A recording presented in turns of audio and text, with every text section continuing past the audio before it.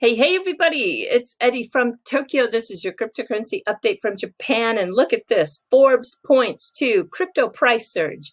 Surprise tech giant support suddenly sends Bitcoin, Ethereum, Binance Coin, XRP, and Dogecoin sharply higher. Well, yeah, the market is doing quite well. It's modestly gaining. It rolled over to 1.4 trillion, which is great. The top gainers in the 100 by market cap are ICP, Telecoin, Digibyte, Theta. They're up on a range of 10 to 30%. We've got Quant up again, 19% on the week, 84 and 73 cents, sitting pretty strong with momentum as I record this. And Galacoin, they are a token that's associated with rolling over to the Flare network platform. They're 37% up on the week, 16% up on the 24-hour. It's really very, very strong. So what tech giant has suddenly decided to support cryptocurrency? That would be Amazon. Amazon listed a digital currency product lead for payments and financial systems for their customers. They would like the person to own the blockchain and digital currency vision and strategy for the company. I just can't believe it. I remember sitting having coffee in Shibuya in summer of 2017 with my friend who mines MoneyGram. That is a meme coin. It's a cat here in Japan. We were fantasizing about the day that Amazon would take crypto for payments, and it looks like it's going to happen. All right, there was a bit of some media coverage for XRP, for the Ledger, and for RippleNet here in Japan.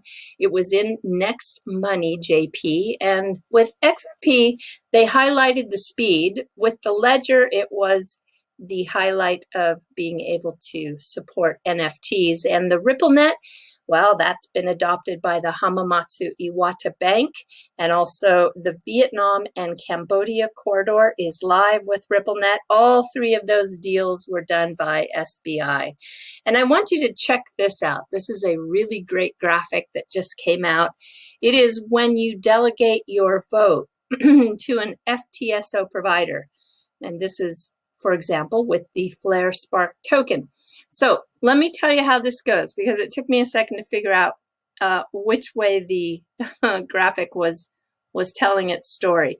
So we start here, all right? You're a delegator, and this is Alice, Bob, and Charlie. Charlie has 800 Spark, Bob has 500 Spark, and Alice, she's got 1,000.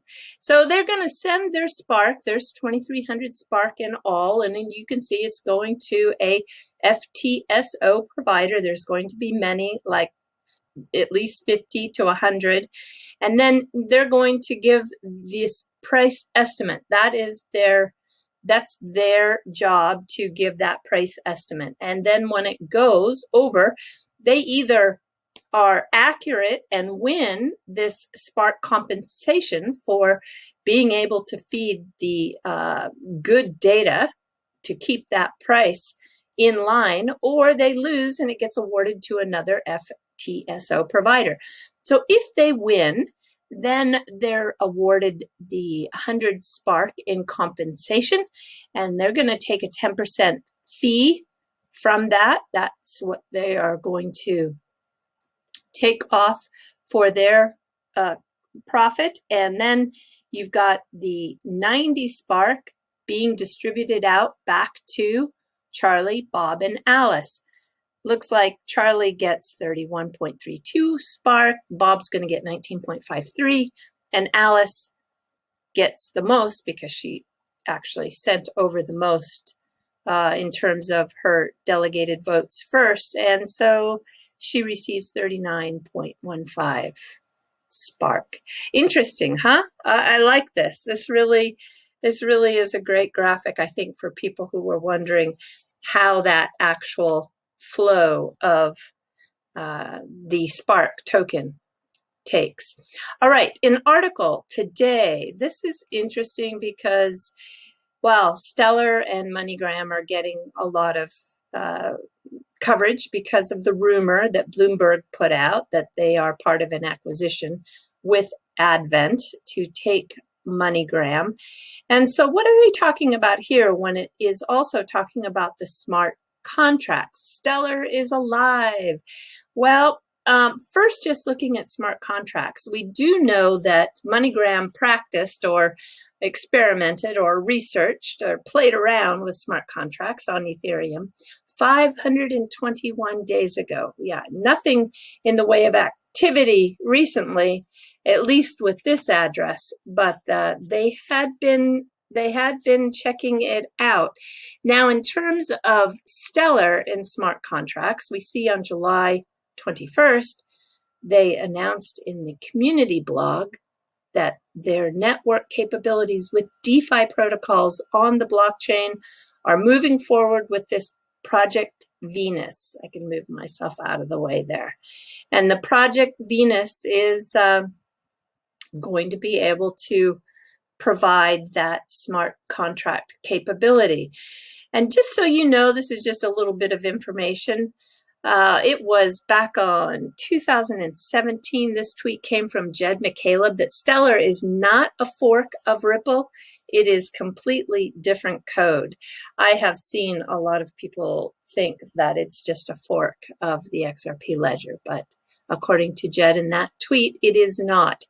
And Stellar is maybe working behind the scenes to try to orchestrate this deal. And what I find interesting is that MoneyGram has put some of its house in order, well, better order. And one of the things they did is close their private offering of $415 million, along with a $400 million secured loan, just a couple of days ago, giving them a bit more wiggle room with all the debt that they have.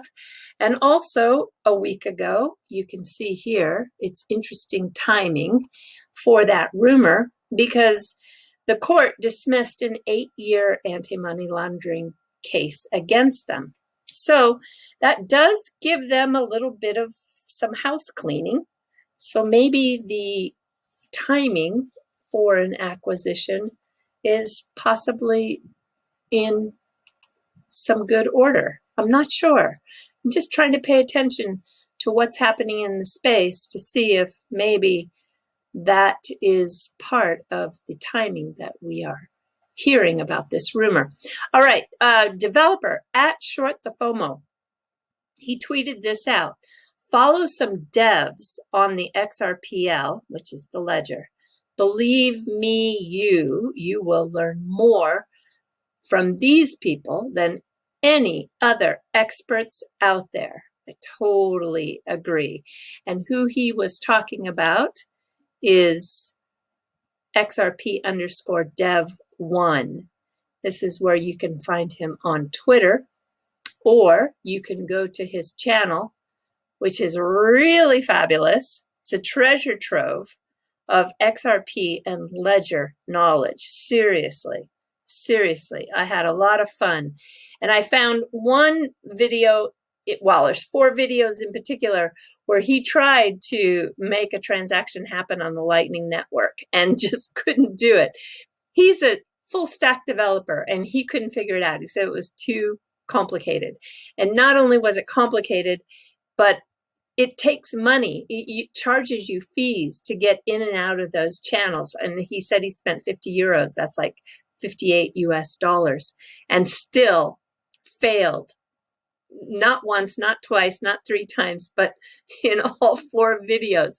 So he just gave up. And someone said that, you know, well, I thought Lightning was so easy to use. Well, if you listen to the promoters, they make you think that Lightning is just, you know, 1 click and it's a free send. Let me tell you, you know, I downloaded the desktop app, and of course, the liquidity is almost 0 out there, which means the amount of channels that are actually pre-funded, yes, you have to pre-fund the channels.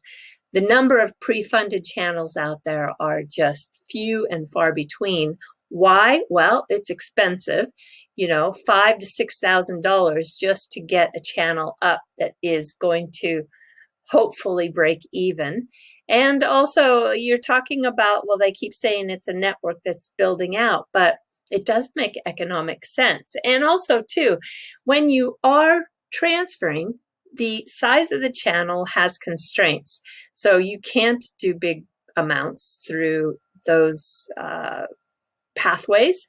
And they also say don't do them because of the risk to lose your Bitcoin. It does have a tendency, if the channel is, well, it's not crowded, that's not the right word.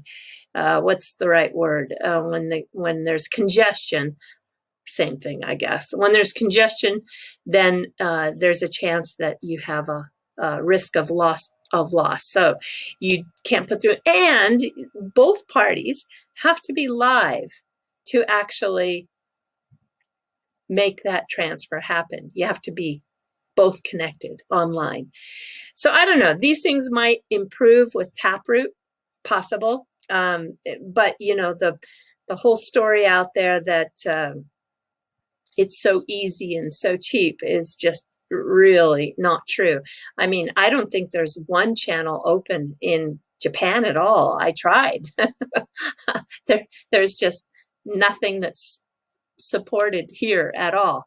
And the interesting thing is, when you go do the viewing of those videos on that channel, he used the most popular app too that is was being promoted during the Bitcoin Miami event, and he tried so hard. I mean, he does live demos and just couldn't get it to work. So no, Lightning is far from being operational and something that I would call a solution. All right, Thailand's oldest bank. This is, of course, the Siam Commercial Bank. They have a venture arm called 10X, and they started this with a modest amount of money to begin with. Well, they are adding more money into this fund to go deep into the decentralized finance innovation. So here we've got, again, another first mover in terms of banks. They were one of the first banks in the world to use RippleNet. They did that with a test with SBI years ago, and now they are officially promoting it, as you saw on the channel just about, I don't know, a week ago. I had that infomercial where they were actually promoting their easy app that runs on Ripple. And it was just kind of interesting too. In the video, they used a image. Now, I don't know if XRP is actually live. We haven't had any official have not had an official announcement, but they did use a graphic that showed XRP in that bank-sponsored infomercial. So I don't know. I'm thinking, you know, we've got Vietnam live. We've got Japan sending to Singapore with Sumitomo in their group company with the metals sector.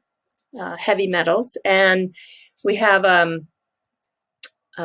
Cambodia is live with RippleNet. The Philippines is live with ODL. So we know for sure that the Philippines and Japan has used it, Singapore has used it, and this Southeast region is really getting its clarity quite clear with the use of cryptocurrency. Not every country, but many.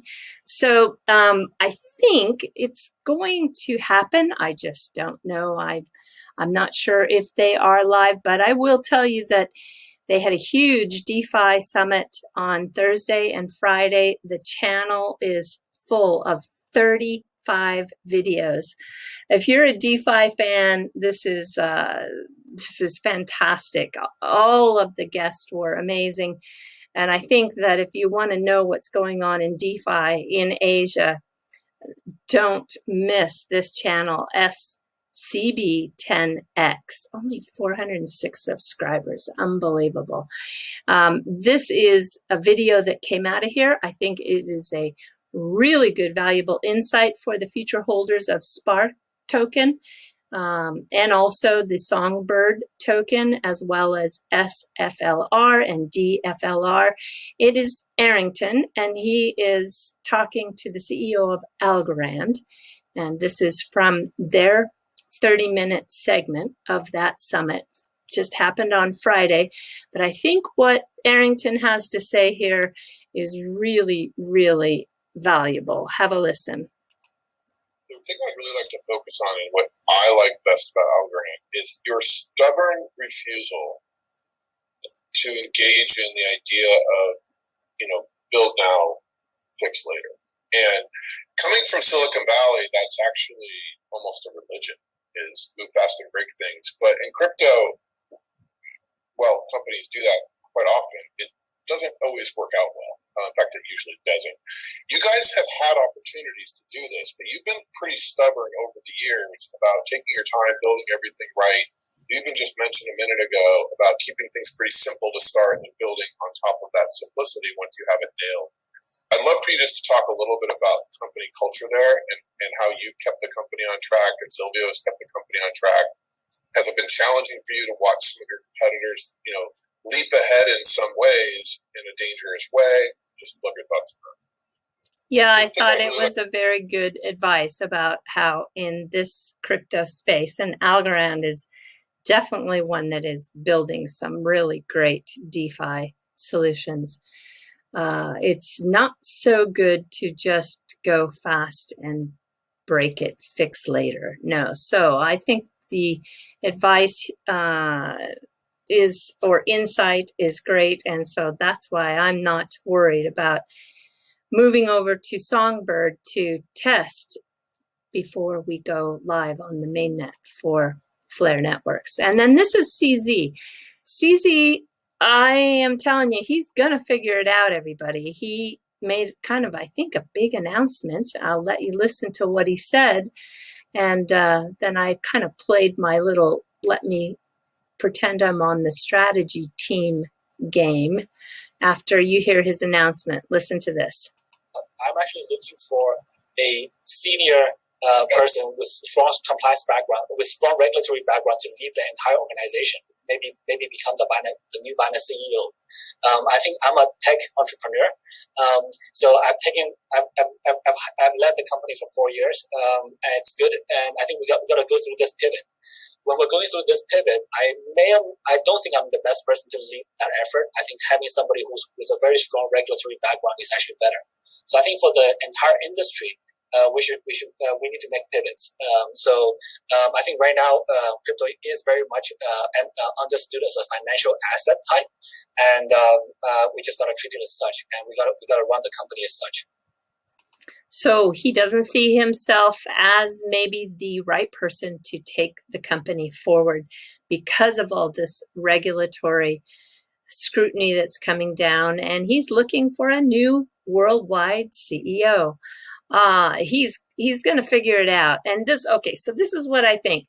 They just hired a former California regulator in Binance US. His name is Manuel Alvarez, and he's got a great background and resume and capability to, I think, lead the Binance US. So bump him up into the Binance US CEO position, and then bump Brian Brooks up to the worldwide CEO position. And then, of course, add Timothy Masad as the advisor. He is at the Kennedy School in Harvard right now teaching, but he is a former regulator in the United States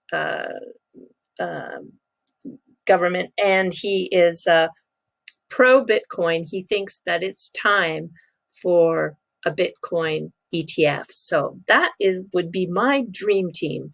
And I definitely sent that out so CZ could see. We'll see if I can hit any of those three. And then last but not least is a little bit of fluff. The Olympics have been fun today. There was a gold medal for the skateboarding. Yeah, this is Yuto-kun, and he was just really gave a great performance with his board. What a fun category to watch. I am so glad, and I really want to know how Sky is doing. Sky is the little 13 or 14-year-old who was born in Miyazaki, and she lives in LA. I think goes back and forth between both locations. Her mom is Japanese, and she is a little surfer with her brother and a big skateboarder. I just haven't seen any coverage of her yet. She's not representing Japan. She's representing the United States, I believe. Or maybe she's on the UK team because her dad is from the UK. I don't know, but I am just dying to see her compete. So I hope that they do have some coverage. And now I'm just going to jump to something that's really interesting. It just happened in the last couple of days. This is Nagoya Castle. On top of Nagoya Castle, there are these golden, which is kin shachi, and shachi is killer whale. So this castle is famous for those big golden killer whales. This is what it kind of looks like. It's not a carp. It's actually it's a mythological creature that comes from, you know, both India and China have something very similar too. It's quite large.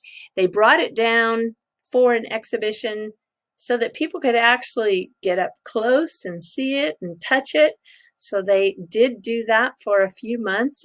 They are quite large. And then, believe it or not, they decided to put them back just a couple of days ago. And they did so by helicopter. That's crazy. You can see the video on Twitter. Talk about a delicate operation. But the last little bit I want to show you just made me smile. This is right before it went up back on the rooftop. And what you think you're going to see is some traditional ceremonial goodbye blessing, but totally surprising. Okay, so you're going to see this young gal in a kimono, and I think she's the real deal. I think she is a Maiko-san, which is an apprentice for, I'm almost moving around here, an apprentice for becoming a geisha. I think it's a Maiko-san, I think it's the real deal. And Nagoya does have a pretty big entertainment professional geisha and Maiko still. And so, okay, you want to watch this. You ready? So yeah, I think, okay, she's going to get down and she's going to do a bowing thing, but check it out.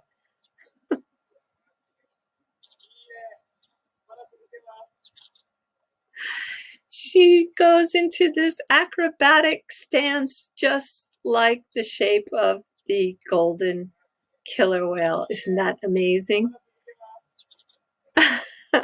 Yeah, I'm pretty sure she's the real deal. She is most likely, yeah, she's most likely an apprentice.